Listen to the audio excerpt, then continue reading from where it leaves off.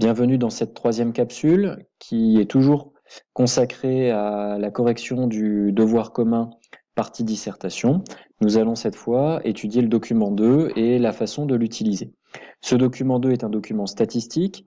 Il faut prêter attention à l'unité. On voit bien ici qu'on a des données exprimées en milliers, comme ce que je fais apparaître à l'écran le mentionne. Il ne faut surtout pas se tromper.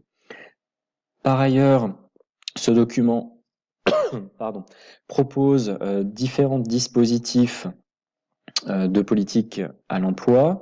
En réalité, on voit bien que ces dispositifs ne concernent que certaines politiques de l'emploi et pas toutes. Je vais les lister et on va voir quelle est l'importance de chacun de ces dispositifs par rapport à l'ensemble des dispositifs mis en œuvre par les pouvoirs publics. Le dispositif qui semble le plus important, en tout cas dans ce document statistique, c'est le nombre d'emplois aidés.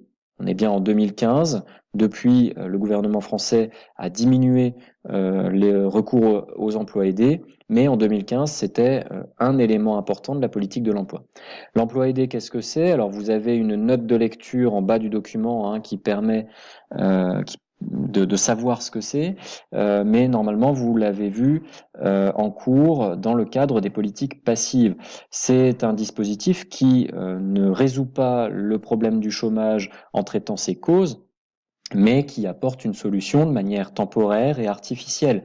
Il s'agit pour l'État de financer certains emplois, notamment dans le secteur non marchand, dans la fonction publique, en offrant des contrats qui vont être financés par le budget des collectivités locales, de l'État ou des organismes de protection sociale.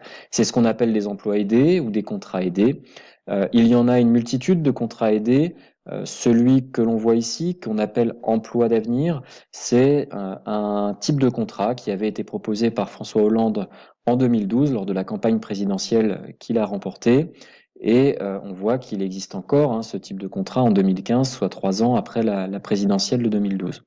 On a également d'autres types d'emplois aidés, notamment par exemple des contrats qu'on appelle initiative emploi. Ce type de contrat était plutôt des contrats qui étaient créés par les collectivités locales. Voilà pour ce premier type de dispositif. C'est bien une politique passive, il ne s'agit pas de lutter contre les causes du chômage, mais bien de masquer une partie du chômage artificiellement en créant des emplois en dehors du secteur marchand, c'est-à-dire des emplois qui ne sont pas vraiment créés par les entreprises elles-mêmes, par les forces productives habituelles, mais par la puissance publique. Deuxième type de politique passive, ça va être le retrait d'activité. C'est cette avant-dernière ligne. On voit que c'est un dispositif qui est peu important aujourd'hui par rapport au total, même s'il existe toujours. Il était beaucoup plus utilisé dans les années 1980. De quoi s'agit-il? En fait, il s'agit de masquer une partie du chômage en demandant, ou plutôt en offrant à certains chômeurs un autre statut. C'était le cas notamment de la pré-retraite dans les années 1980. Alors c'est quelque chose qui a été beaucoup fait en Lorraine, vous l'avez sûrement vu en classe ou retenu. Pourquoi? Parce que lorsque les mines et la sidérurgie ont été en crise dans les années 1970-1980, beaucoup de chômeurs qui ont perdu leur emploi à cette époque du fait de la fermeture de leurs usines ou de leurs mines ont été mis en pré-retraite pour ne pas être sur le marché du travail. Ce sont des personnes qui avaient peu de qualifications, en tout cas des qualifications qui répondaient assez peu aux nouveaux besoins de l'économie à l'époque et qui par conséquent, pour ne pas grossir les chiffres du chômage, ont été mis à la pré-retraite, en retraite anticipée si vous voulez, parfois avant 50 ans. Donc ça, c'est effectivement, là encore, une mesure artificielle.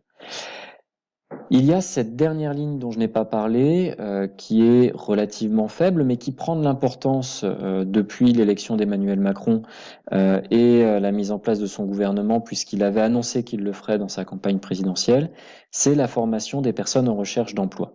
Pourquoi? Parce que il s'agit là non plus d'une politique passive, mais d'une politique structurelle et donc d'une politique active de l'emploi. L'idée, c'est qu'une partie du chômage structurel provient d'une inadéquation entre les qualifications attendues par les employeurs et les qualifications offertes par les actifs sur le marché du travail, d'où des emplois qui restent non pourvus alors qu'il y a des chômeurs. Pour lutter contre ce phénomène d'emploi non pourvu et de chômage qui sont des situations un peu paradoxales, eh bien, l'État considère qu'en formant les personnes qui sont en recherche d'emploi aux qualifications attendues, recherchées par les employeurs, on pourra diminuer le nombre de chômeurs. Il s'agit bien d'une politique structurelle parce que avoir les bonnes qualifications sur le marché du travail permet aux actifs de trouver un employeur. On lutte bien contre des problèmes de structure du marché du travail. Cette formation des personnes en recherche d'emploi, elle a été annoncée comme étant très importante par le candidat Emmanuel Macron et donc une réforme de la formation des adultes est en cours. Elle n'a pas encore abouti, elle n'a pas encore été décidée par le gouvernement, mais elle devrait très certainement être votée dans le courant de l'année 2019 ou au début de l'année 2020. Voilà pour ce deuxième document. Retrouvons-nous dans une quatrième capsule vidéo pour le document suivant.